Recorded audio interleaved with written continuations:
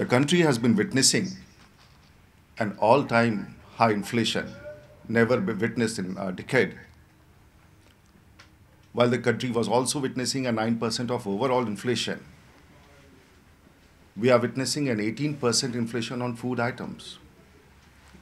While on one side that the Prime Minister says that the country is seeing an 8% growth, it is meaningless because a common man is yet suffering. The fact remains, and it's very unfortunate, that the economist Prime Minister is now proven to be a complete disaster on the price front. And we feel that the BJP feels that he has let down the nation on this front. To put it straight, the Prime Minister and his office is clueless what to do to rein in prices. The actions initiated by the Prime Minister's office is a mere eyewash, and it seems he is completely unaware of the ground reality. The most interesting aspect is when the Prime Minister's office and the Prime Minister's media advisor himself has admitted that the prices are whopping, they are at unacceptable limits.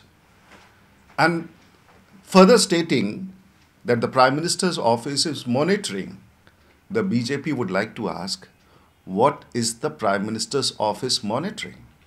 What is it all about? They have come out with another alibi that these food items are not held in public stocks. Well, the fact remains that all throughout these essential items were never placed in food stocks. There was no public stocks made for them. And even on those items which are on public stocks, like onion, they failed to monitor it completely.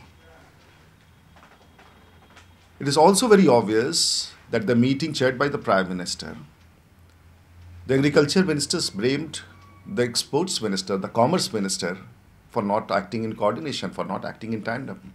And this is happening all under the nose of the Prime Minister.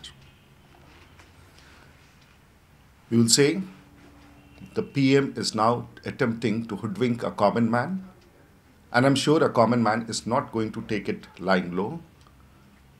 The government has to intervene and find a solution. The BJP will carry on its crusade against the government across the nation on price rise and corruption. इसको हिंदी में करते हैं? हम जानते हैं कि आज इस देश में जो खाद्य सामग्रियों की महंगाई का दर है वो 18% है, जो पिछले दशक में या उससे पहले भी सबसे अधिक है। इतना ही नहीं, जब हम जानते हैं कि ओवरऑल इन्फ्लेशन, जो महंगाई का जो पूरा स्वरूप है, लगभग जो 9% है, उसमें खाद्य सामग्रियों की महंगाई लगभग 18% है, जो अपने आप में एक ऐतिहासिक है, एक ऐसी ऊंचाई है जो इस देश ने कभी नहीं देखा है।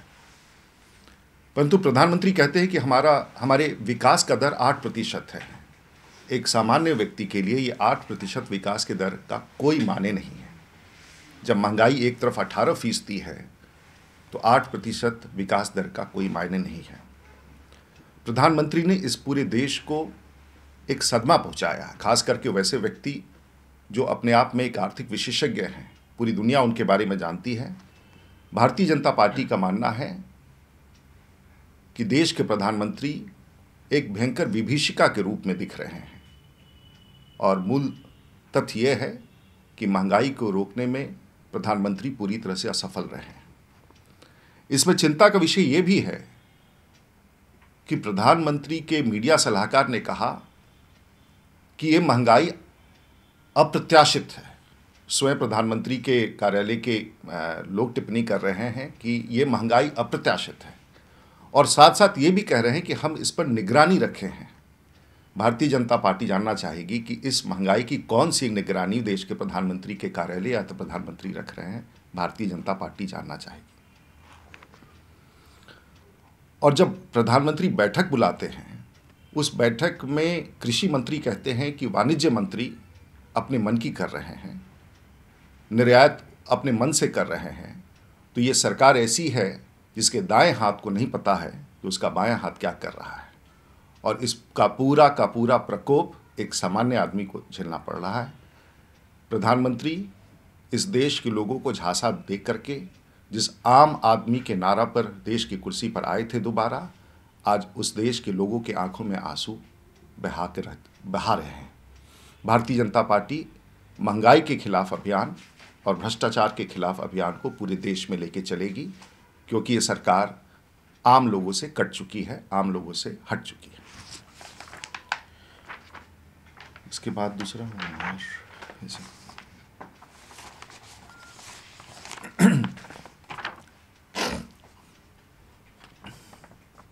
भारतीय जनता पार्टी समझौता ब्लास्ट और मालेगांव ब्लास्ट के बारे में जो विभिन्न तथ्य उभर के आ रहे हैं उस पर अपनी टिप्पणी देना चाहेगी। और जैसा कि हम लोगों ने सुना था कि मालेगांव ब्लास्ट में समझौता ब्लास्ट में कई बार जो तहकीकात करने वाली एजेंसियां हैं उन्होंने कहा कि इसमें, एक बार तो उन्होंने कहा इसमें सिमी का हाथ है, एक बार उन्होंने कहा कि इसमें डेविड हेडली की पत्नी ने जो बयान दिया था, फैज़ा ने, जो इस्लामाबाद में अमेरिकी अधिकारियों के साथ बैठक हुई थी, उसमें डेविड हेडली का नाम लिया था। और अब स्वामी असीमानंद के बयान पर जो 164 का बयान है उस पर यह कह रही है कि इसमें असीमानंद का हाथ है। जहां तक आपको स्पष्ट होगा कि समझौता ब्लास्ट में महाराष्ट्र पुलिस ने, महाराष्ट्र के एटीएस ने सफदर नगोरी, कमरुद्दीन नगोरी और आमिल पराग, ये सबको गिरफ्तार करके ले गई थी और उस समय बयान दिया था। और महाराष्ट्र के एटीएस ने 2200 पेज का चार्जशीट जमा किया था, जो मोकोका कोर्ट, महाराष्ट्र में जो इस तरह के क्राइम के लिए जो कोर्ट है, उसने सौंपा था। आज फिर मोकोका कोर्ट कह रही है कि जो तथ्य आ रहे हैं उसके आधार पर फिर से उसकी जांच की जाए। ये 2008 की घटना के बारे में हम भारतीय जनता पार्टी जानना चाहेगी कि ये क्या सत्य है।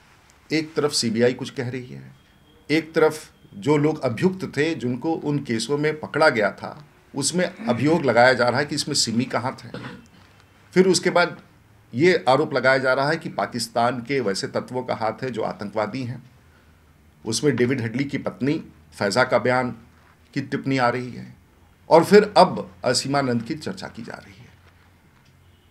हम समझ नहीं पा रहे हैं कि सीबीआई हो या सरकार हो या महाराष्ट्र की कांग्रेस की सरकार हो या फिर दिग्विजय सिंह के बयान हो, ये सभी निश्चित तौर से किसी न किसी रूप से महंगाई से देश का ध्यान बांटने के लिए, कहीं ना कहीं भ्रष्टाचार से देश का ध्यान बांटने के लिए ये विवादास्पद और विवादपूर्ण परिस्थितियों की चर्चा करके देश के लोगों का और कहीं ना कहीं वैसे संगठनों का नाम लाने का प्रयास कर रहे हैं जो देशभक्त संगठन हैं, वैसे लोगों का नाम लाने का प्रयास कर रहे हैं जिनका इनसे कुछ कुछ दूर दूर तक लेने का संदर्भ नहीं है।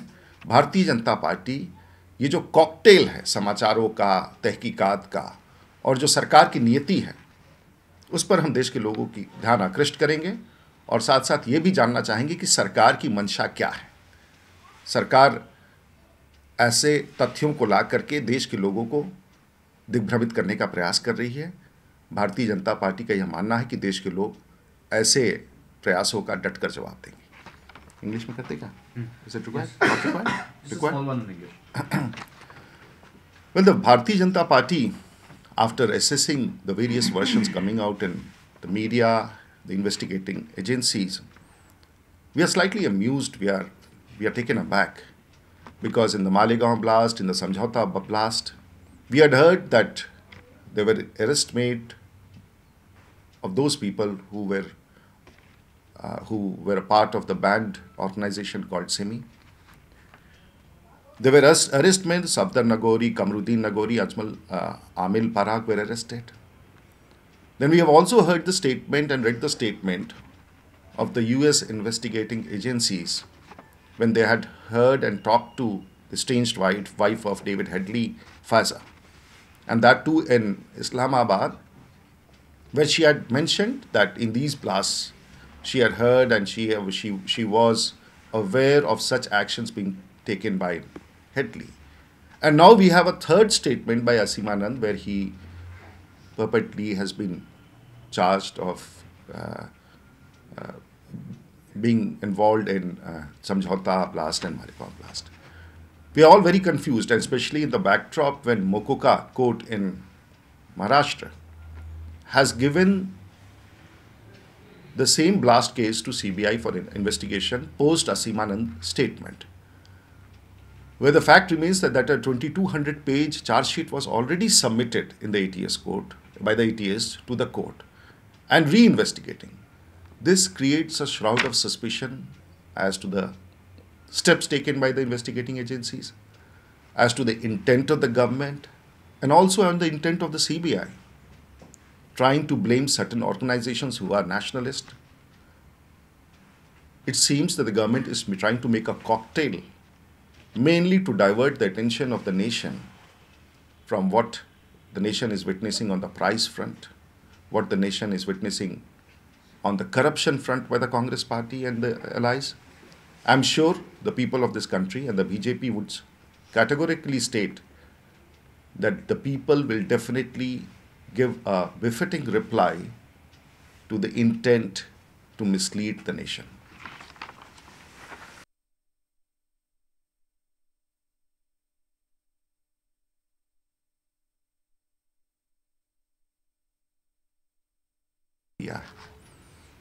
जम्मू कश्मीर भारत का अभिन्न अंग है और इस प्रकार के बयान देकर के कश्मीर के मुख्यमंत्री और उनके साथ JKLF के वो तत्व जो अलगाववादी हैं, वैसे लोगों को ताकत और बल देंगे जो इस देश में अलगाववाद, जो देश के बाहर बैठे वैसे ताकतों को, जो सरहद के पार बैठे हैं, उनको ताकत मिलेगा। और भारतीय जनता पार्टी अपील करेगी जम्मू कश्मीर के मुख्यमंत्री से कि जो नौजवान राष्ट्र प्रेम से जुड़ करके, राष्ट्र भावना से जुड़ करके लाल किले पर झंडा फहराना चाहते हैं, वो भी 26 जनवरी को, हम चाहेंगे कि सरकार उसका स्वागत करे और जो संभव कदम हो इस ऐतिहासिक दिन पर लाल चौक पर झंडा फहराने में हर प्रकार की सहूलियत प्रदान करें। भारतीय जनता पार्टी की नींव उसी लाल चौक और उसी कश्मीर में ऐसे ही विषयों के खिलाफ, ऐसे ही अलगाववाद के खिलाफ भारतीय जनता पार्टी का नींव डॉक्टर श्यामा प्रसाद मुखर्जी के नेतृत्व में रखा गया था और हम कतई किसी के बयान से भारतीय जनता पार्टी के लोग, कार्यकर्ता और भारतीय जनता पार्टी युवा मोर्चा के कार्यकर्ता कतई विचलित नहीं होंगे। ये यात्रा प्रारंभ हो चुका है। भारतीय जनता पार्टी के राष्ट्रीय अध्यक्ष ने इस कार्यक्रम को कलकत्ता में प्रारंभ किया है और हम मजबूती के साथ देशभक्तों की तरह इस कार्यक्रम को लाल चौक पर संपन्न करेंगे।